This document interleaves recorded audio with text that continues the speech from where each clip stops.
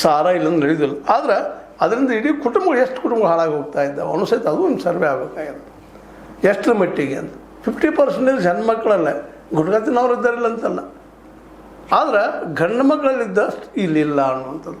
ಅಡಿಕೆ ಇಲಿ ನಮ್ಮಲ್ಲಿ ಕಥೆನೂ ಬರ್ತಾವೆ, ಹಾಡುಗಳು ಸಾಕಷ್ಟು ಬರ್ತಾರೆ ಇಲ್ಲಂತಲ್ಲ. ತಂಬಾಕದ ಬಗ್ಗೆ, ಹಲ್ಲು ಕೆಂಪಾಗೋದ್ರ ಬಗ್ಗೆ ನಮ್ಮ ಸಾಹಿತ್ಯದಲ್ಲೂ ಸಾಕಷ್ಟು ವಿವರಣೆಗಳು ಬಂದಿದ್ದಾವೆ. ಆದ್ರೆ ಇವು ನಮ್ಮ ಆರೋಗ್ಯವನ್ನು ಹಾಳು ಮಾಡ್ತಾವೆ ಅಂದಾಗ ಇವುಗಳ ಬಗ್ಗೆ ಒಂದಿಷ್ಟು ನಿರ್ಧಾರಗಳನ್ನ ಜನಪರ ಇದ್ದಂಥ ಸರ್ಕಾರ ತೊಗೊಳ್ಳೇಬೇಕಾಗ್ತದೆ. ಅದು ತೊಗೊಂಡಿದ್ದಾರೆ, ಅದನ್ನು ಮೆಚ್ಕೋಬೇಕಾಗ್ತದೆ. ಜೊತೆಗೆ ಇವರು ಉಳಿಸೋ ಸಲುವಾಗಿ ಏನು ಮಾಡಬೇಕಾಗಿದೆ, ಅಟ್ಲೀಸ್ಟ್ ತಂಬಾಕಾದರೂ ನಿಷೇಧ ಆಗ್ಬೇಕಾವ ಬೇಡವೋ, ಇದನ್ನು ನಾವೆಲ್ಲ ವಿಚಾರ ಮಾಡಬೇಕಾಗಿದೆ. ಇವತ್ತು ಯಾವುದೋ ಪಕ್ಷದವ್ರಿಲ್ಲ, ಕಾಗೇರಿಯವರಿರಲಿ, ಯಡಿಯೂರಪ್ಪನವರಿರಲಿ, ಮತ್ತೊಬ್ಬರಿರಲಿ, ಕಾಂಗ್ರೆಸ್ಸಿಗರಿರಲಿ, ಸಿದ್ದರಾಮಯ್ಯರಿರಲಿ, ಡಿ ಕೆ ಶಿವಕುಮಾರ್ ಅವರಿರಲಿ, ಪರವಾನ್ಕೊಂಡು ಇರುವನ, ವಿರೋಧ ಪರ ಎರಡೂ ಇರುವನ. ಆದ್ರೆ ಹೆಚ್ಚು ಹಾನಿ ಯಾವ್ದು ಮಾಡ್ತದೆ, ಸಾರಾಯಿ ಯಾವ್ದು ಬಿಡ್ಲಿಕ್ಕೆ ಯಾವುದೆಲ್ಲ ಲಾಭ ಆಗ್ತದೆ ಅಂತ ತಿಳ್ಕೊಂಡು ಅದನ್ನು ಇವತ್ತು ನಾವು ಉದ್ಯೋಗ ಮಾಡಿದ್ರಿಂದಾಗಿ ಎಷ್ಟು ಕುಟುಂಬಗಳು ಹಾಳಾಗಿ ಹೋಗಿದ್ದಾವೆ. ಅವ್ರ ಪರಿಸ್ಥಿತಿ ಏನಾಗಿದೆ ಇವತ್ತು, ಎಲ್ಲರೂ ನಾವು ಸರ್ವೆ ಮಾಡಿದ್ದೀವಿ ಅದನ್ನು, ಅದು ಆಗ್ಬೇಕಾಗಿದೆ. ಇವತ್ತು ಸಾರಾಯಿಂದ ಎಷ್ಟು ಕುಟುಂಬಗಳು ಹಾಳಾಗಿ ಹೊಂಟಿದ್ದಾವೆ, ಎಷ್ಟು ಮನೆತನಗಳು.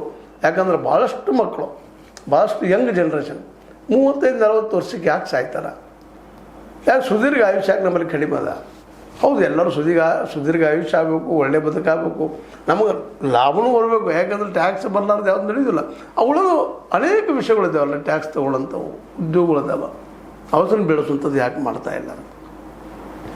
ಅಡಿಕೆ ಬದಲ ಮತ್ತು ಬೇರೆ ಬೆಳೆ ಬೆಳೆದ ರೋಗಕ್ಕೆ ಈ ಕಾರಣ ಆಗುವಂಥ ಅಡಿಕೆಯನ್ನು ಬಿಡಿಸೋಕ್ಕೇನು ಸಾಧ್ಯತೆನ ಇದನ್ನೂ ಯಾಕೆ ಚಿಂತನೆ ಆಗ್ಬಾರ್ದು ವೈಜ್ಞಾನಿಕವಾಗಿ.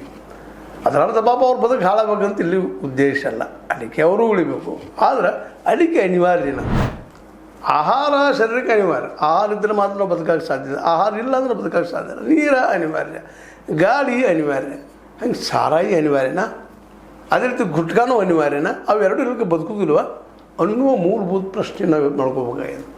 ಯಾಕಂದ್ರೆ ಅವೆರಡೂ ಇಲ್ಲಾಂದ್ರೆ ಬದುಕ್ತೀವಿ ನಾವು, ಇಲ್ಲಂತಲ್ಲ ಭಾಳ ಒಳ್ಳೆ ಬದುಕನ್ನು ಬದುಕ್ತೀವಿ.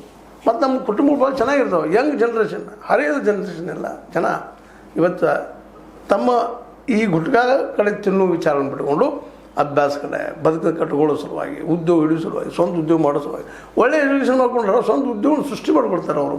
ಸರ್ಕಾರದ ಸ್ವಲ್ಪ ಹೆಲ್ಪ್ ಮಾಡಿದ್ರೆ ಅದನ್ನು ಉತ್ಪಾದನೆ ಆಗೋದ್ರೆ ಲಾಭ ಮಾಡ್ಕೊಳ್ತದೆ, ಇಲ್ಲಂತಲ್ಲ. ಅದಕ್ಕಾಗಿ ಈ ಚಟಗಳು ಬೇಕೋ ಬೇಡವೋ, ನಮ್ಮ ಭಾರತದಲ್ಲಂತೂ ಇದು ಮುಖ್ಯವಾಗಿ ತಂಬಾಕು ಮತ್ತು ಸಾರಾಯಿ ನಮ್ಮ ದೇಶದ ಹೆಚ್ಚು